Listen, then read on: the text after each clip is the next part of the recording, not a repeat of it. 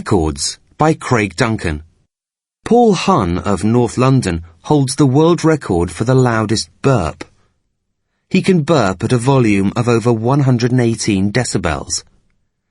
John Evans of Sheffield can balance 62 books on his head, and Peter Dowdswell of Northampton can eat an entire three-course meal consisting of soup, sausages, beans, mashed potatoes and prunes in only 45 seconds.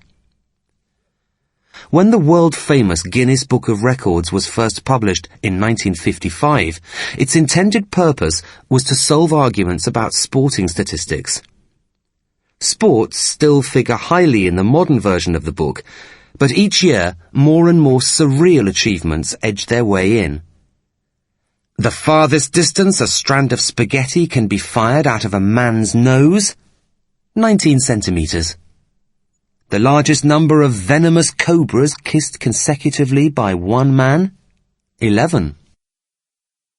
We're all familiar with inspiring stories about a young athlete who discovers a sport that he or she loves, trains hard, and rises through the ranks of professional competition to become a world-class sports star. Anything can trigger off an interest.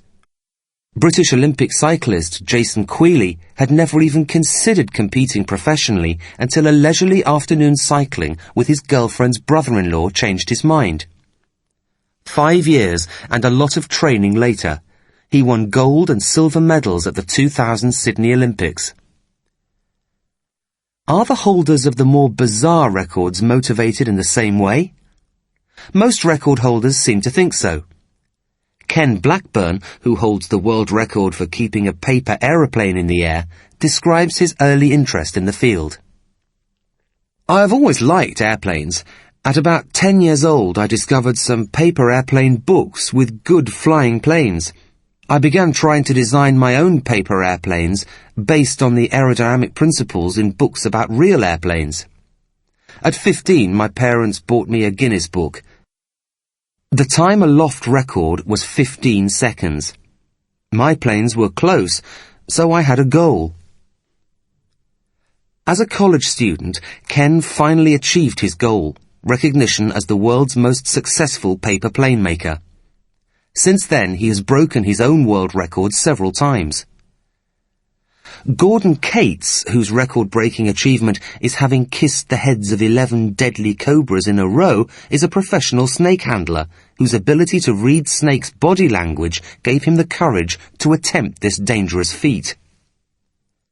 Kevin Cole, the world's most talented man in the field of firing spaghetti out of his own nose, started with an interest in firing noodles out of his nose for fun, and slowly worked his way up to full-sized spaghetti. Some might argue that a lot of these records are pointless. But is there really any difference between being the most successful athlete and being the most successful paper plane builder? Some records, especially sporting records, are widely viewed as being of great importance, even though they don't necessarily add anything to humanity's lot other than providing us with entertainment. More people are interested in, say, athletics than in cobra kissing. But does that make an athletic record breaker more important?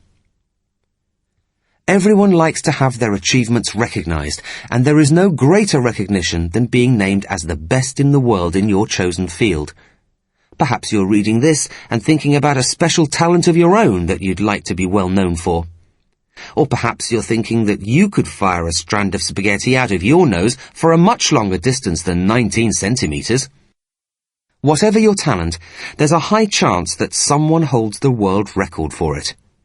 With the right amounts of skill and practice, perhaps the next world record holder could be you. Personally, I hope to beat the record currently held by Hendrikia van Andel Schieper. At 114 years old, she's the oldest person alive.